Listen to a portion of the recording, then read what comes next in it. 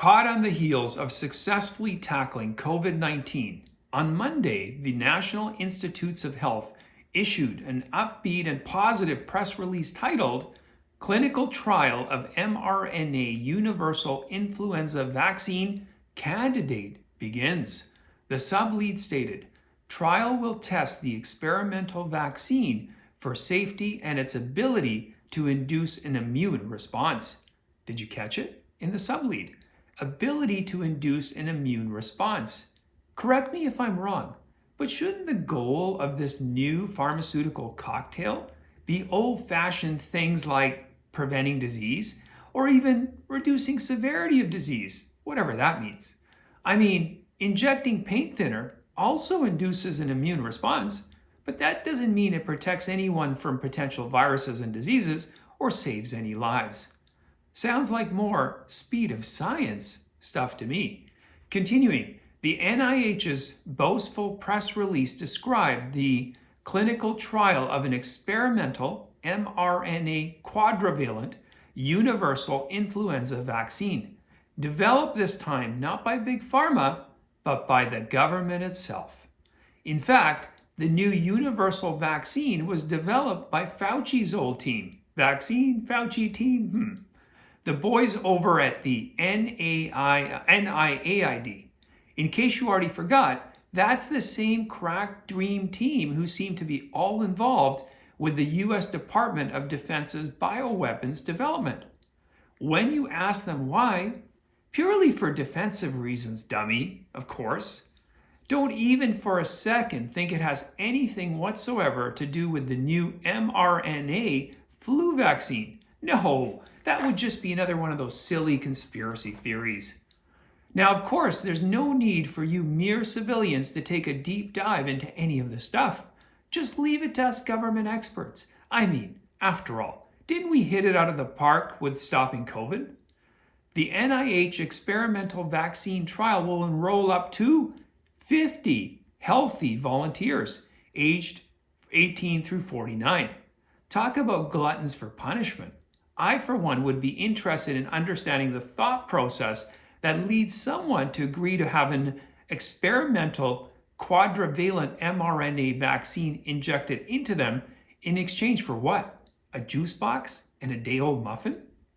Now, if I was insane enough to volunteer, a couple of questions would come to mind right away. First off, who will pay for my long-term medical care? Second, who will support my loved ones if, of course, on a remote chance something bad happens? I'm sure it's safe and effective, but, just on the off chance it does. Last but not least, I would be asking, do the folks who came up with this actually give a rat's ass, or in this case, a guinea's ass about me? One would hope that these volunteers aren't as careless with their money as they appear to be with their bodies. But hey, just in case they are, I have some exciting Ponzi schemes. Investment ideas. I'd like to run past them before they enroll in the program and get the shots, of course.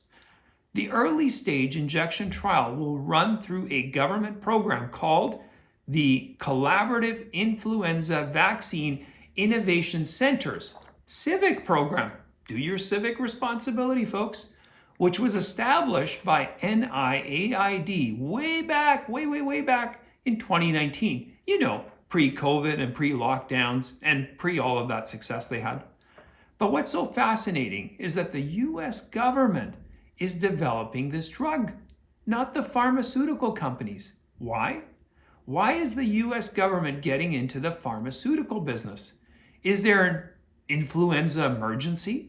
For a couple years there, during COVID, we had a good long stretch without any flu apparently at all. And that was even without any experimental quadrivalent mRNA flu vaccines. What I would really like to know is, are the regulatory rules different? Maybe a little less tad stringent for government study researchers as opposed to private sector researchers?